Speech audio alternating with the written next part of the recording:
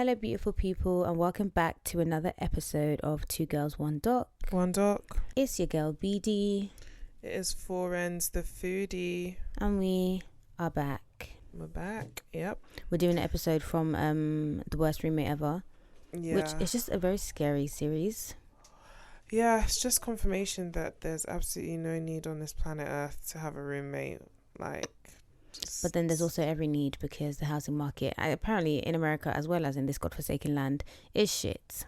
Yeah, it's really bad. It's actually shit. Like, I was on Twitter and this guy was saying how he so they're doing this thing now when you're renting, yeah, where they'll say the price per month, but they'll say like offers from or offers in excess of, yeah.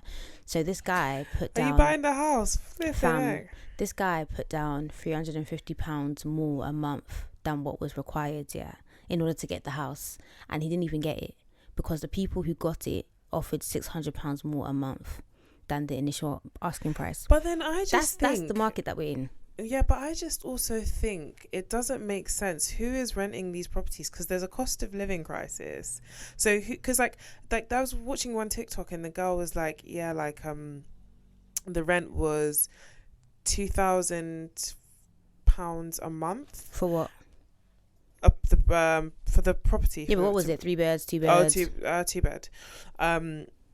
And then she lost that because someone put down 2 years rent. And my mum was like, that person is a criminal. Deposit. Yeah, because 2 years rent is a house deposit. So just buy a house. And my mum was like, use your sense. That person is a criminal. But then I'm thinking, how many criminals can there be? Because say the rent is £2,000, right? And they're saying offers in excess of, and you're saying, okay, I'm going to put 2,600. That is a big lump, and it's a massive big difference to be able to reconcile. If your budget was 2,000, but maybe that's the lower end of someone's budget. I don't know. Even there's one place we were going to go and view, yeah, and we emailed the guy and was like, oh, can we come and view the property? They said, oh, there's no viewings available. All the viewings are booked up. I said, so to even view the place, it's not possible. Now, like, apparently there's some places that they only do online viewings. Just see it there and take it if you want it. Ugh. To be a landlord.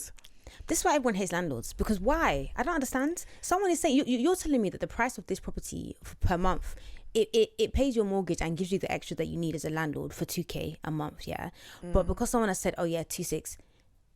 It's not just about because. Well, I mean, I guess in that case, it is because no. I guess in that essence, when you're talking about two people bidding, in the essence of like it offers in excess of, that's madness to me. You're not buying the house. If you said, because the thing is, if you had said, okay, it should be 2,600 a month, that's the price. Somebody with a 2k budget wouldn't even come across this property because it wouldn't be their thing. But you acknowledge that it should be 2k. You're happy with that price. But someone has come. But in terms of the pricing of the property, so if you're talking about two people bidding against each other, I don't know, but in terms of the pricing, you can't, as a landlord, you can't just put a price, even if you acknowledge that yes, it should be 1,000. A property here should be £1,000. If properties around you are going for 1,500, you can't then just put the property as no. I understand that, 1,000. but all of that is eliminated by the fact that you're saying offers in excess of. That means you're bad minds. I know you're trying to make sense of it, yeah, but like it doesn't make sense. It doesn't make sense.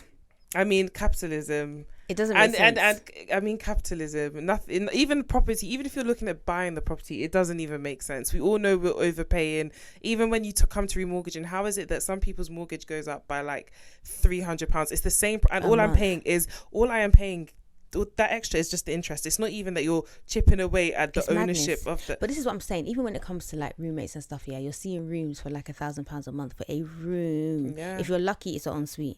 Yeah, it doesn't make sense, and people are having to have roommates because they cannot afford to live on their own. It's mad. And no one's saying that like I want a penthouse and I want 6 rooms.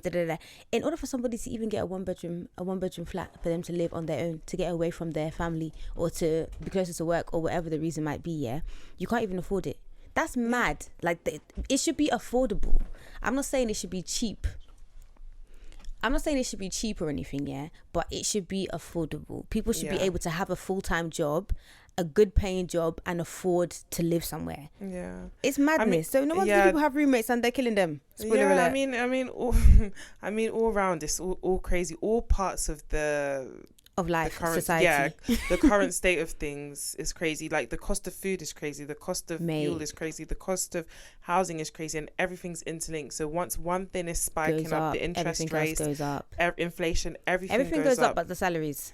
Yeah, I mean, to be fair, they said their salaries have risen, but they have not risen enough. No, but not the same rate. So yeah, that's what I'm saying. So they can say that it's risen because they want to do like politically correct, or like technically, yeah, it's risen, yeah. But what's my salary rising by $2,000 a year if my rent has gone up by, do you know what I mean?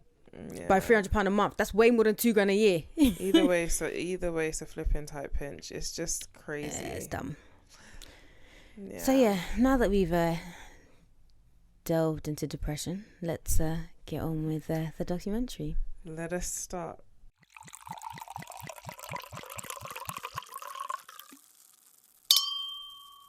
So yeah, guys, we're doing the world's worst roommates. So this is episode 2, as we said. I feel like when this mini series, or this, I don't know what to even class it as, when they first came out, they were all over Twitter. Like, I was seeing people talk about them all over the place.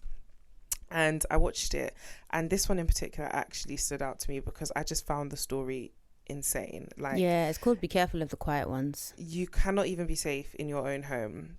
And it's like your own home, like your home that you own. Yeah. So the documentary opens up with a news cycle about a missing army vet, Maribel Ramos. So she's from Orange, CA, which is different from Orange County from what I could gather. And she's missing. So it's May 3rd, 2013, and we meet Officer Ramirez, and he's a detective basically, and he's been briefed about this missing vet. And the whole thing is she didn't show up to this softball game, which was really, really out of character. And one thing I loved about, I guess, this case in general was how quickly everything moved. Mm-hmm. Like, usually you hear like, oh, it has to be 24 hours before we can da-da-da-da. Well, they did say that. Well, I don't know if they said that, but that did come up in this episode. I think they moved quickly. I'm not saying they didn't move quickly, but they did say, oh, it has to be 24 hours. Okay. Well, either way, things seem to move quickly in terms of her people contacting the police and stuff like that. Yeah, considering it wasn't like a little white girl as well. Like, it really... Yeah, I was about to say she's Latina from what I could gather, or from what we could see. So it was really, I guess, good to see. They basically interview people in her life, and they keep circling back on the roommate because everyone else seems to either have an alibi or there's nothing to be suspicious about. Yeah, there's like no reason why they would wish her harm. Yeah, but this roommate just doesn't, there's something off. And I find it really interesting how in America they call it a roommate when it's a flatmate. Like, why would you say roommate? Yeah, because you don't live in the same room. Yeah, like it just... They do that at like college, some of their colleges, right? Which I think is wild. I'm so sorry. I can't imagine going to uni and sharing a room with a stranger. I did a study abroad in America, so I went to, I guess, college or uni, whoever's listening is the same thing. But yeah, I went to uni in America for like a semester, and I had a roommate. That's so wild. When people say roommate, I find it weird because it's like you actually have a roommate and that's a room shared. Now, everyone says it's so strange, it's wild. It's actually not. So living the experience is actually good, and I can understand why they do it like that, because uni or college in America is massive, right? Like, it's huge. It's nothing compared to what we experience here. And if you don't have someone immediately that you have some sort of interaction with, you're going to be really, really isolated and quickly. So if I didn't have my roommate, I never would have made friends. Literally, she was the like person who helped me make friends because I didn't understand the culture. She was the bridge between me being Black British and her being Black American, and that's how I made friends. Like, yeah, I guess that's like, because you got along. Yeah, of course. The reason I think it's weird is because that she could have been anybody. And it could have been it could have been a terrible time. Yeah, you can obviously request a change. You're not forced. And also another thing is, before you get to the rooms, you have like this it's almost like a social media page that you fill out about yourself and this and that, and you can share like your personal details in terms of number and stuff. So you're meant to interact beforehand. So there are a lot of how did they match you up then, based on like who you are? Yeah, so you fill stuff in about the stuff you like, and then you're matched up with someone who suits your personality. Okay. It's not just like surnames. Yeah, but I don't know if this is what happens in every single college. It's just the one I went to. Before we went, we filled things in, we matched up, we had our picture, blah blah blah. So yeah, they fill all that, and it's clear because like in my dorm there were just a lot of black people, so it was obvious they matched the niggas. They put all the niggas in one dorm. But yeah, no, it was really, really, and like even in terms of like changing and stuff like that, like it's fine. You have shared bathrooms as well, and the bathrooms are nice, like it's fine. Yeah, I mean, I had an ensuite when I was in my first year of uni, so I wasn't even trying to share like bathrooms. I actually never had an ensuite in uni. It just wasn't available to me. Like every time I went, by the time you in the UK, yeah, it was gone. They just were. Yeah, just wasn't available. And then even like in terms of shenanigans, like you just time it like, okay, bro, you have the room, you go stay with the guy. Or it's actually fun. I think it's fun. Like it's just like what you see in the movies. It's good fun. Great, love that for you. So we learn a bit about Maribel's life now. So Maribel was an army vet. She had started off in the army, and then the war hit and she actually was deployed. So she did her first tour and her second tour, and she came out and she decided she actually wanted to go back to uni. I didn't know you can just like leave like that, you know. I think if it's like education that's linked to the army, then you can. Yeah, I didn't realise that. I thought it was always, you always hear about dishonourable discharge. Yeah. I mean, there's honourable as well, but like that doesn't get as much like, wait, do you know what I mean? Yeah. And it's just wild because like the way they say it is like she joined and then the war, like 9/11 happened and then she had to go. Yeah, she had to go. It's like you couldn't have anticipated that was going to happen and you were going to be deployed, yeah. And her sister was saying how difficult it was, how they missed her and everything. So when it seemed like it was just the two of them in terms of sisters. Yeah. I don't think they had. Yeah, I don't. They had cousins and stuff. Yeah, but it seems like a close knit family in general. They seem so, because Maribel was the eldest sister, and then her sister, what's her name, Lucero? Yeah, Lucy. She was the younger one. The youngest, yeah. So when she decides she wants to go back to school. Her and her mum move into an apartment together so she can go to school. Now, obviously, tragedy hits and then her mum passes away. And this is all the lead up as to how we get the roommate, because her mum passes away and Maribel, it seems like, couldn't really maybe afford the rent or something. So she asked her sister, like, yo, Lucy, like, can you move in? Move in with me. Yeah, and her sister has a kid at this point. And her sister's like, nah, like, my daughter's settled. She's in school. Everything's kind of good. Like, it might be a bit disruptive moving in. Which is absolutely valid. Yeah. But her sister's like, listen, try and get a roommate, and if you don't, then I'll move in. So in comes Casey. So Casey Joy. The joy is not lost on me. Yeah, what an oxymoron. So Casey sees the ad and obviously contacts, and he basically says, listen, I have an interview in Orange and I think I'm going to get the job. So I'm just looking for somewhere where I can live. I'm really quiet. I don't have a wife. I don't have kids. I have a dog. Maribel had a dog as well. And she was like, okay, that's calm. And she was like, okay, this could work because he's a bit older. He seems more mature, just chilled, and he's not going to distract me from my studies. Mm-hmm. So he's like, yeah, I'll come and see it. If I like it, then we take it from there. He came to see it. The dogs get along. Casey takes the flat. So obviously, as we've said, Casey is almost like a lone wolf. That's how he presented himself. And Maribel notices that Casey's really lonely. After more time, like they spent living together, he doesn't really come out. And so, like, just being a nice person, she's like, you know what? Like, I've got this whole bunch of friends. I've got this family. I'm going to, invite him to share, include him. And she starts including him in things. And slowly they become friends. So let's put a pin in that. It's now May the 4th, 2013. So this is hours after Maribel was missing. And basically, the detectives are kind of like honing in on Casey. Like, they're very suspicious of him.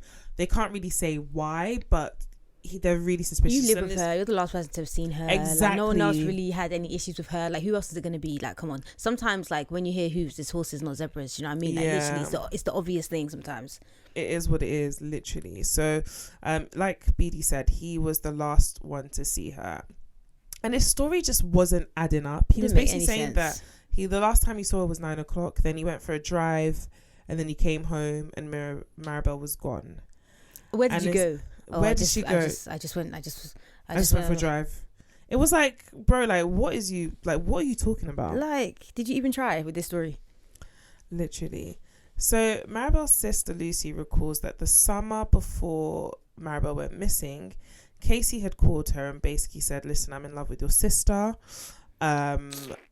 She wants to get married. She wants to have kids. I could really be that guy for her. And Lucy's like, bro, like, you're old as fuck. She is a vivacious young woman. She's a bad bitch. Yeah. Literally. And she's a strong ass woman. Yeah. Like, I don't understand. Is it that he lacks self-awareness? Because sometimes you have to think, but the audacity of men. And that's it. Because look at me and look at you. And you really thought that you really thought. Right. So Lucy basically calls her sister, like, bring her. You need to chat to your roommate because it's a bit uncomfortable. He's feeling you, like, it doesn't sit well straight, with like, me. Yeah. Just so it can't be as if you're stringing him along. Like, let him know what it is. Yeah. Literally. Be honest. So, like men like to say, be honest. Literally. So Maribel, if you didn't like him, why didn't you just say something? If you didn't like him, why didn't you just say something? Oh yeah, because this is why. This is exactly why. So Maribel has a chat with Casey, and after this she calls her sister and she's like, oh yeah, everything's fine, he's cool, he gets it, we're just friends, like, nothing to worry about. But listener, there was everything to worry about.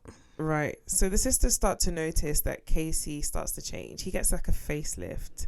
No, let's go back. Let's go backwards actually, because Maribel says to Casey, oh, you look really good with a tattoo. This guy goes to get a Bengal tiger on his forearm, a massive one. It's so mad. A massive one. That's the first strike. Red flag, yeah. Yeah, that's the first strike. And then he goes to get 10k facelifts. They showed the before and after. The after was an after-in. He looked younger, but he just looked like maybe he moisturized. Yeah, he looked like he had a good night's rest. And he also looks a bit more tanned, which... Yeah. Wasn't really like the result of the face. I don't know. Do facelifts tan you? I don't know. I know. He probably went to a quack to get it. He probably went to flipping. What's that guy from the last documentary with? Oh, what's it? Amron. No, Amron was what was his name? I know which one. The one that was saying, oh, I don't know about women in London, but in America, we like to look good. Not even him. Oh, Chuge. Yeah, he probably went to Chuge for that facelift. No, he didn't look as bad as Chuge. So yeah, he's changed his appearance. He starts going out more, like, and obviously it's all in a bid to appear younger and more right, and more desirable. Like, this is how I do imagine Drake to behave if you rejected him. Yeah, I think a lot of those tattoos Drake has are as a result of being rejected. Yeah. So the police learned that 2 weeks before she went missing, Maribel had called 999. Yeah. Funny enough, either one you dial in any country, you'll get the emergency services. Yeah, like if you dial 911 here, you'll get them. If you dial 999 there, you'll get them.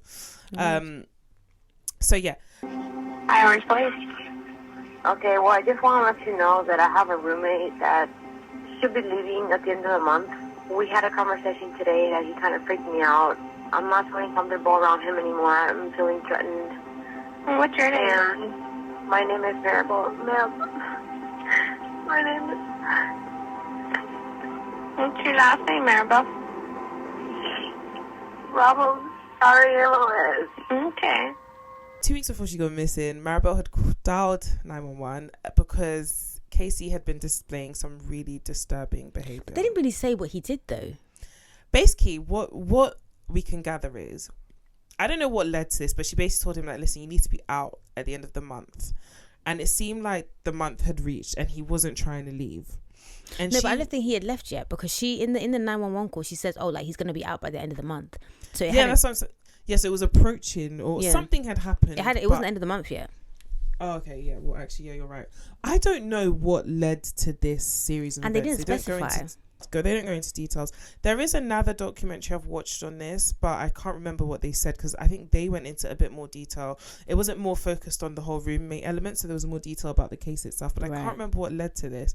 But either way, I think there was a confrontation actually about him liking her. Maybe her basically trying to set the record straight. But listen, bro, I already told you, like, I don't fuck with you like that. I think, if memory serves me well, that's what it was about. It's really sad. It's actually very scary. She's sobbing on the phone, and she's clearly and this woman, like, even when they talk about her later on, like, she's obviously like a strong woman, and I'm not talking about emotionally, like physically, because she's an army. She was in the army, bro. Like, she's even like her sister and her niece describe her as a bit of a tomboy. Like, she was like strong. She could have taken Casey. Basically. She could have taken. If it was a fair fight, she could have taken him 100%. So you can only imagine how unsafe she must have felt to be like sobbing on the phone. Yeah, and also like the operator that she speaks to. So Maribel's like, "Oh, is this recorded?"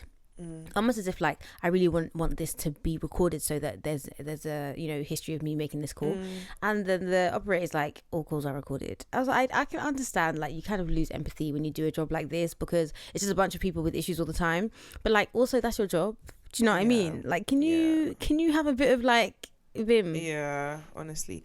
And okay, another thing as well is at this point Casey had stopped paying rent, so Maribel was covering his side of the rent. And it's like, why are you here then? If I'm still going to be paying the rent myself. So you're just tormenting me for nothing. And even her sister was like, you don't fuck with Maribel's money. So yeah, I just feel like she was in a really, she felt really vulnerable at this point. Understandably. So there's another confrontation between Casey and Maribel, and it gets really heated because at this point it's time for him to move out and he hasn't moved out. So this is when he was meant to move out and he hadn't moved out. So they're going back and forth. And she actually calls her friend Paul on the phone and almost as like backup. And I just want to say, like, ladies, when you're getting to the point where you want things recorded, you need other parties to be privy to the conversation, it's honestly time to leave because you're in a dangerous situation, a very volatile situation. Like you shouldn't need like to call 911. You shouldn't need to call your friend. Like, the situation is obviously very dangerous. You should be, but then at the same time, like, this is my home, so what, I'm just gonna leave. Do you know what I mean? So I can understand, and I think you never think that it's gonna get to the place where this got to. You just never think that in the moment, and especially when it's like, look at Casey, look at Maribel could have, like, if it became a physical altercation, I can't lie, she was taking it. So it's like she probably felt like, and I don't know, like, it's so mad. It just really shouldn't have happened. So she calls, like we said, she calls her friend Paul's back up and he's like, listen, if you don't get the hell out of there by tomorrow, I'm going to come in and get your shit out. The friend says that? Yeah, Paul. Okay. So this is the day that she, like, this is the last known conversation she ever had, basically. And we're assuming, okay, so spoiler alert, she's murdered. So we're assuming that this is the day where she was murdered. So basically what Casey is saying is that after this confrontation, he then gets in his car and goes for a drive to cool down. And by the time he's returning, she's gone. So this is we're doing a full circle moment here to him saying that he went for a drive. Being back in the police interrogation. This is the catalyst for why he went for the drive. But he tries to downplay that argument. He's like, oh, it wasn't really a confrontation. Like, we were just having a chat and she called Paul. I don't know why she called Paul, but yeah, I just went for a drive after that. But obviously it was heated because why did she call Paul? Why did you go for a drive if it was just a chat? Fucking liar. Okay, so now we get now we get a clear timeline of how everything went down. So it gets to late in the evening and it gets to the morning and the next morning, and Lucy gets a text from Casey basically saying, Maribel didn't come home last night, I'm worried about her. And Lucy's thinking, this guy is just a bugaboo. He's trying to figure out where my sister is. This isn't a big deal. She's grown. Like, I'm not going to worry about it. So she says she goes about her day. And I can imagine that this must have haunted her. Yeah. But she says she goes about her day. She goes for dinner. And then she gets a text from like a friend saying, listen, I really don't want to alarm you, but Maribel didn't come for softball. And she would never have missed. But not Casey. Lucy does message, like she texts Maribel. Yeah. And she's just kind of, oh, hey, happy Friday. Like just kind of checking in kind of thing. And obviously she never replies. Yeah. And then she gets a text about the softball. And it's like, okay. And the thing is, I feel like this is really scary to me because everybody feels like you would just know if something was wrong. Like you would just feel it. You would sense it. Yeah. And Lucy didn't sense anything. Like she didn't feel anything. And I think that that's probably more common than we would want to believe. Yeah, I think that because you expect every day to go as routine. Yeah, some people are like, oh, I just knew something was wrong. It just felt off. Some people are like that. Yeah. So then police and family decide to do a welfare check. And this is such a scary moment, basically. So they go to do a welfare check. They're banging on the door. Nobody seems to be home. They can see Maribel's lights on, but they can't, like, nobody's coming to the door. And apparently Casey was in a car on the other side of the road with binoculars watching all of this go down. Mate. Do you know how twisted and psychotic you What's have to be? wrong with you? And then just casually comes out and walks to the front. What are you doing? He casually comes out, walks over, and he's like, oh, like, hey, guys. And he starts talking to the police. He won't even look Lucy in the eye and have a conversation with her. He immediately just, speaks to the police. So we're back in the interrogation room, and the police are basically saying that it was really difficult to interact with Casey because he had a really strong accent and he was speaking in broken English. Her baseball bat's still in the closet. Her baseball bat her bag was right in the closet. She didn't go play the game. Her baseball bat all in the closet because she didn't go to the game. It was a little bit frustrating kind of getting facts out of him because he kind of spoke broken English. That is, Maribel knows about this, about that too. That's the first time when And then the detective Ramirez is like, bro, we spoke to people who knew him, and they were like, he came to America as a kid. This, I don't even know where his accent came from because he's American. He doesn't talk like this. It's like me being arrested and now just speaking pidgin English. Honestly. Broken pidgin English. And Lucy's theory is he did this to garner empathy. He was like, and I believe it. If he comes sympathy, as if okay, he doesn't know what he's doing, or to appear like an imbecile, which is very crazy for you to do to your people because he's East Asian. Yeah, I don't know where exactly he's from, but for you to do that to your people, you're basically trying to perpetuate a stereotype, as if oh yeah, we don't really know anything, and so leave me alone. That's literally wild on so many levels. So many levels. So the police noticed that there are lots of scratches on Casey, and he says that he got them from digging out fishing rods in bushes. And it was almost like they were basically everything you could ask this guy, he had a very valid answer as to why he was able to do it. It was difficult to pinpoint. Anybody else might have caved in, but he was like, no, he had with the scratches, it's not as if they had Maribel where they could say, okay, well, we'll check her nails then and see if her DNA exactly is there. It's literally my word against no one's. Literally. So it was difficult to nail him, though they knew and they had their suspicions. You couldn't be conclusively, this is it. So the family decides to have a candlelight vigil. And Casey attends, but he's on the fringes. He doesn't chat to anyone. He doesn't actually come and stand with everyone. He just says he's too sad and he doesn't want to be around family. And we see it. So why are you here then? It's just weird. And it's that thing of sometimes killers want to absorb the grief and just be involved. Yeah, it's really weird. Meanwhile, you're still living in that house rent free. Nah, stop it. It's mad. So other dodgy things happen. They create an online page for Maribel, just to help bring her home. And Casey's in these discussions and he's mentioning her in the past tense, which is an absolute red flag. Yeah. That should be admissible in court, just as simply enough to, because what can, because why is it past tense? Yeah. When the police, so the police start digging into Casey's life, and when they do so, they find out that he'd fled from home because his parents had died and there were some issues around their estate, and then he got into a massive altercation with his sister, and she actually had a restraining order. Mate, from your sister, your flesh and blood. Yeah, your flesh and blood. You are mad. You're a mad person. And she was basically this guy's insane. He has a terrible temper. He's a monster. He's the worst person you'd probably ever meet. So the police are I'm gonna do a Vanessa Lachey. Yeah. I'm sorry. Yeah. Also, did you hear Kwame on a Lonely Space on Twitter? No, I didn't listen. By the time I found out about it, it was done. No, but you can listen it back. Oh, I didn't know. I'm not. I'll send it to you anyway. I still feel the way that I feel in terms of he doesn't seem genuine. His laugh is a very politician type laugh, but I did warm up to him more after listening to it. Yeah, I warmed up to him more after the reunion. Yeah, it was the same vibe. Yeah, it was the same vibe. Yeah. But you know what? I just feel cancel the whole show. Yeah, but they never will. No, they never will. But that's just how I feel. It's a money-making venture for them.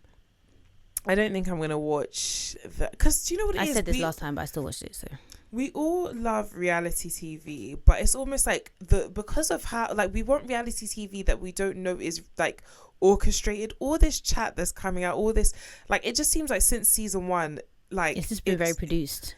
Yeah, I think reality TV shows nowadays are overproduced. I feel the same way with Drag Race. You're watching it from the mind of someone who it's almost like you are out of your body watching it. Do you get what I mean? It's like, oh, okay, I can never just watch a show now. I'm just like, oh, why did they show me this scene? Or why is this person getting a lot of like a longer edit? They're going home this week. Do you know what I mean? It's like reality TV these days is so overproduced that it's almost not enjoyable to watch anymore, because we're not as oblivious as we were before. Yeah, they need to bring it back to like the simple life of Paris and literally I don't even know if they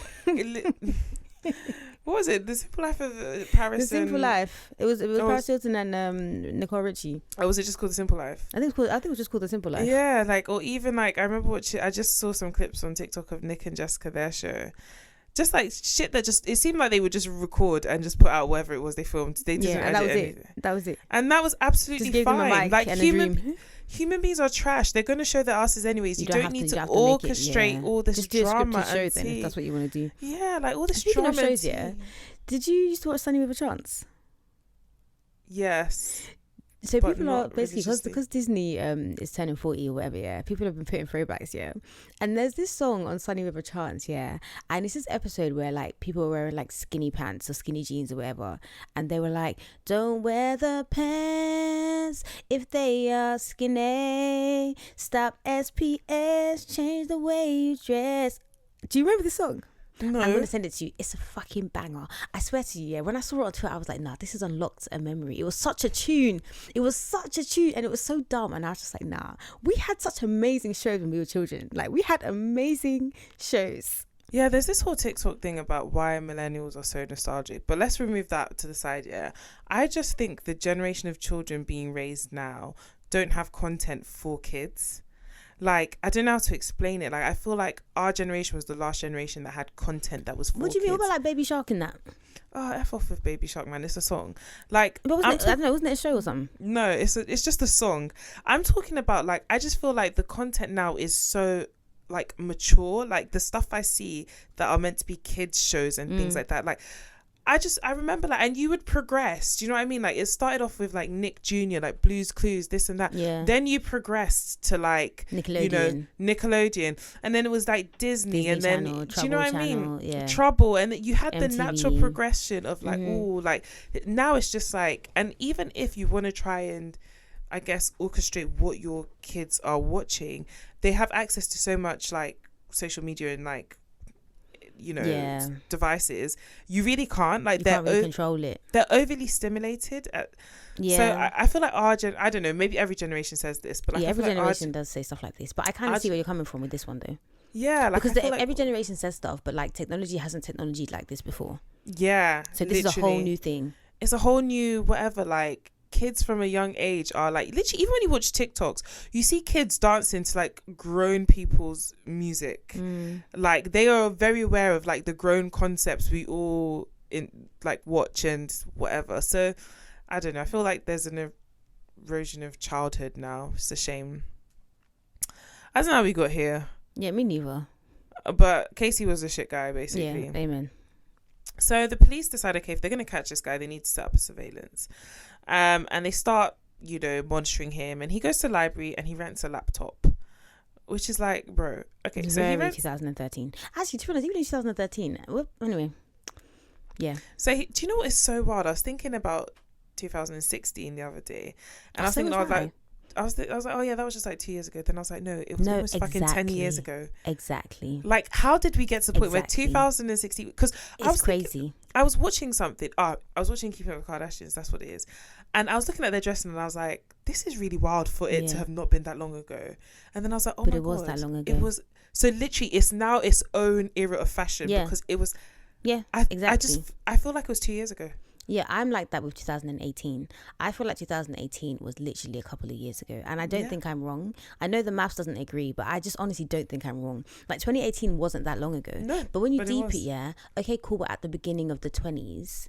Soon it'll be 25, and that's mid-20s. Yeah. And then it's going to get to 2030. And then what the fucking hell does anything mean after that? The fact that 2016 was only almost 10 years ago. Wild. And it was just, but somehow it was only 2 years ago. It doesn't make sense. At the same time. Because that's when Controller and all them songs came out. One Dance. And they just came out. They just came out. I just finished like... winding up my waist. Like... Girl. BFFR, like, Wow. this shit is crazy. Oh, I was wondering when you were going to say that. You hadn't said it this episode. You've really been overusing it. Like, you lost the source, fam. Oh my God. Take a shot. Take a shot every time. Take a shot every time before it says BFFR. I haven't said it a lot this. I don't say it a lot. That's what I'm saying. Pods. This episode, you haven't.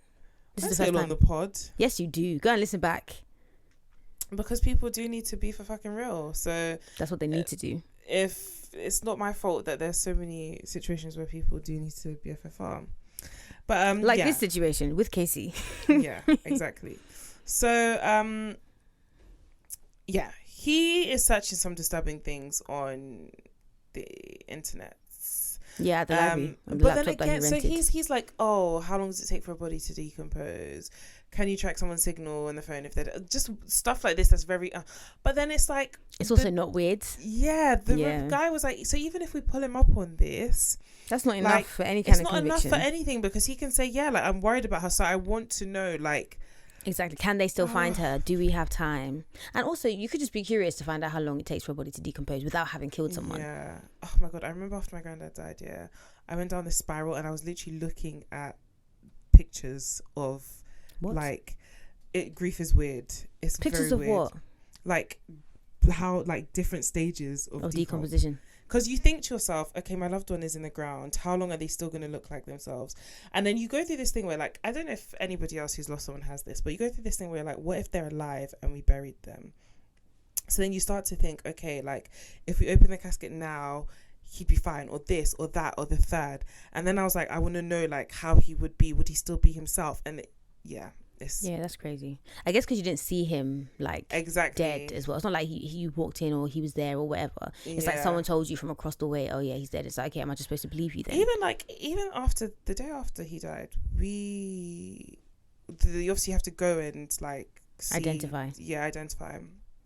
And then like my mum's brothers went, and then the fact, because I honestly was like, nah, they're gonna get there, and it was a mistake. So that's what I had been telling myself when I woke up in the morning. I was like, friends, you know, it's fine, like, actually they're gonna get there, and all of this was a mix-up, like, you know how Nigeria is.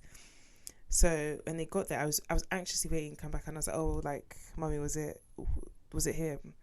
And she was almost shocked. She was like, yeah. And I was like, no, are you sure? Like, did they touch him? Did they see him? And she was like, yeah.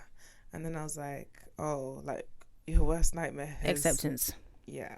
So it's crazy. But anyways, I say all this to say my search history then was very weird. So he could have explained this away. Yeah. So Maribel's family sets up an awareness walk, and this basically agitates Casey. Yeah, this is like such a good thing that they did. Yeah, it was really good. And I guess in the end, this guy told on himself. 100%. So this guy like sprints to go and rent another laptop. And at And this also, point, when just he buy a walks laptop. into the library, yeah, there's like a little kid by the door, and I'm just like, this is how you just be interacting with killers every day. You don't even realize. Every day, you don't realize. You don't even realize. And it's kind of like the money you use for the facelift. You could have bought a laptop, surely. Like, He could have done many things. He could have paid rent. yeah. So he goes, and then he uses this laptop to search the area where they're going to do this walk. And then he zooms in on a particular tree. Mate. He And turns then to like satellite view and then looks and then at the tree. zooms into the tree. I think he was, anyways, well, I'll go back to what I think. And then he closes it, clears the search history, and the police are like, before they had even finished surveilling, the other people have been like, It's yeah, their we're headed brother. there. Within half an hour. Literally. So the documentary's kind of winding down now, but the police get to this location. The tree. Yeah. And then they find Maribel. And I think what he was looking at was, I think he thought that satellite was live view. so he'd just see her See if he chilling. could see her, yeah. Yeah, like, bro. It's like, BFFR. bro, they took these pictures a while back. Let's all behave ourselves. Right. Like, even, funny enough, if you look at my street view now, it's our house before we had an extension, which is wild. Like, because if you were looking for where we live, it doesn't even look like that anymore. Oh, because So it was that this- long ago that they took yeah. the thing. It was a long time ago. It was over 10 years. So they need to, like, sort Update that that shit.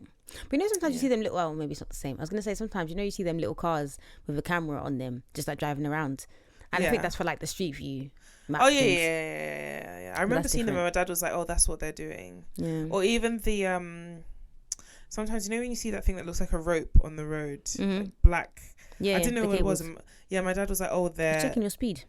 Yeah, I didn't know what that was. Yeah, checking your speed. Yeah. So they find Maribel, and basically, so they found her, and basically they say that to this day they really don't know how he killed her. Yeah, but what they say is that they suspect that he smothered her, like while she was sleeping. Because that is the only way it makes sense for. He would have had to catch her off guard. He would have had to. There's no way that if it was like everyone was on their A game, he would have beat her. Impossible. And that makes sense as to why, like, her sister even said when they got into the house, like, her bed was scattered and everything, which it never is. Yeah, she was in the army. Like, come on. Yeah. So on the 17th of May, he was charged with murder. And I would have really loved to get more into, like, the case and how they managed to present this at court, because it's wild when they don't have cause of death. I don't know what, like, DNA evidence they had. It was just really interesting. It would have been interesting to know. But I think because they found Maribel's body, and because of the whole him being at the library and all that, and because of him just being a weird guy, I think that was enough for people to be like, hey, it's less important how he killed her. The point is that he killed her and he's going to jail for it. So maybe that's sort of the way that they went about it. Yeah, but on the 29th of July 2014, KTC was sentenced to 15 years to life in prison for the murder of Maribel. That's a large span. Yeah, that's what I was saying. I would like to know how long. Why am I seeing 15? Definitely doing. Literally, I would like to know how long he's definitely doing. And yeah, like, documentary just ends with obviously her sister at her grave. It's really sad, and just saying that she would have loved to grow old with her. And having a sister, I know. Yeah, this really touched me. Yeah, I literally was like, oh my god, because I know how it would feel like that's literally it's like me being Maribel and my sister being Lucy. Like, of course it's literally just like that for you, because there's just two of you. I just, like, honestly, if anything happened to my sister, especially where it's like someone has taken that person from you, it didn't have to go down like that from you. It's like, if you just didn't come into contact with this one person, you might still be here. You'd still be here, yeah. And Lucy says she has this bit where she's saying she kind of, really beat herself up and blamed herself for a long time for not moving in with her sister. But now she's in a place where she doesn't do that anymore. And it's like, she shouldn't. It's not your fault. Do you know what I mean? Yeah. Like, it's really not your fault. Yeah, I agree. But yeah, that was a documentary, that episode. I mean, the whole like series is, I'm not going to say good because it's actually like wild, but I do think it's worth the watch. And yeah, basically just to remind you, if you have ever forgotten, that people are mad. And yeah, they are in fact mad. But now it's time for the real crime, I think, was the beard. Our segment where we focus on something during the documentary that may not be criminal, but we definitely consider to be a crime. Mine was just the fact that he spent 10k on plastic surgery and wasn't paying rent. Like, bro, your priorities are messed up. And also your tattoo was shit. So yeah. Mine was the accent. It's crazy to me that you woke up and chose to imitate Jackie Chan in Rush Hour when you did that. That's not, like, you are now a caricature of your own people. Of your own people, in order to try and garner sympathy for something that you did. It's just weird. It's weird. Of wild, yeah. I wish that there was a scene where, like, we could have heard how he actually spoke. That's what I really wanted. Yeah, I wanted to know, but alas, we didn't get it.